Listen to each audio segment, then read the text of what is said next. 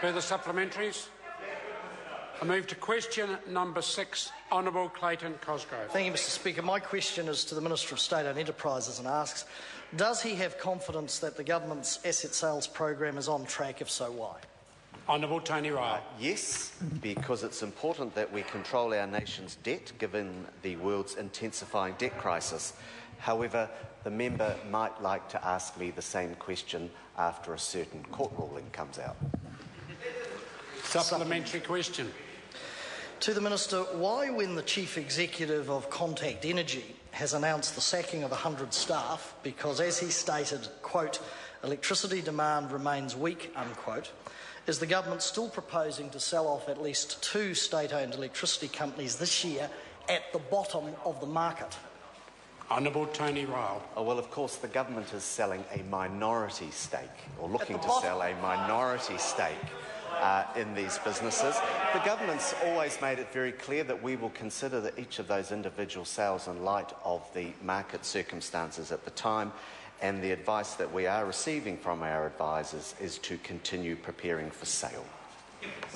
Supplementary question. Honourable Clayton Cosgrove. Given that answer, does he stand by the statement he made on the Q&A program on 17 June 2012 that, quote, if the government doesn't get a good price, the government isn't going to sell, unquote?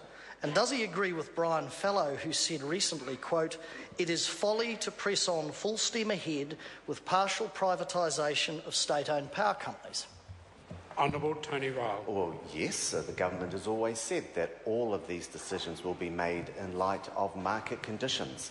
Certainly the whole market already understands what the likely future demand for electricity in New Zealand is. Our country's been growing in the last 3 or 4 years. It's expected to continue growing, and I'm optimistic about those prospects.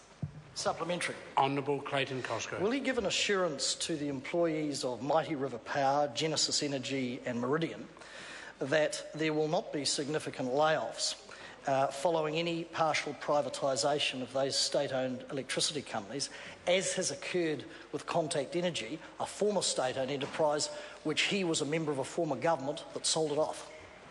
Honourable Tony Ryle. Mr Speaker, as their employer, as I'm not their employer, so I can't give any undertakings with respect to that, but what I can say to that member is that the state-owned electricity power companies will report their half-year results in the very near future, and the member may want to pay attention to these results to get an insight into how those companies are performing. Honourable Clayton Cosgrove. Does he still have confidence in the chair of Genesis Energy, the Right Honourable Dame Jenny Shipley, former National Party Prime Minister, given she resigned as a director of Mainzeal just prior to its collapse, and further that she has offered no explanation as to her involvement in that collapse, but rather has hired former journalist Bill Ralston to act as a spin doctor to manage her reputational risk? Honourable Tony Ryle. Yes, and as the Prime Minister has already noted, we haven't seen anything that challenges Dame Jenny Shipley's leadership at Genesis. Question number 7, Katrina Shanks. Thank you, Mr Speaker. To the hard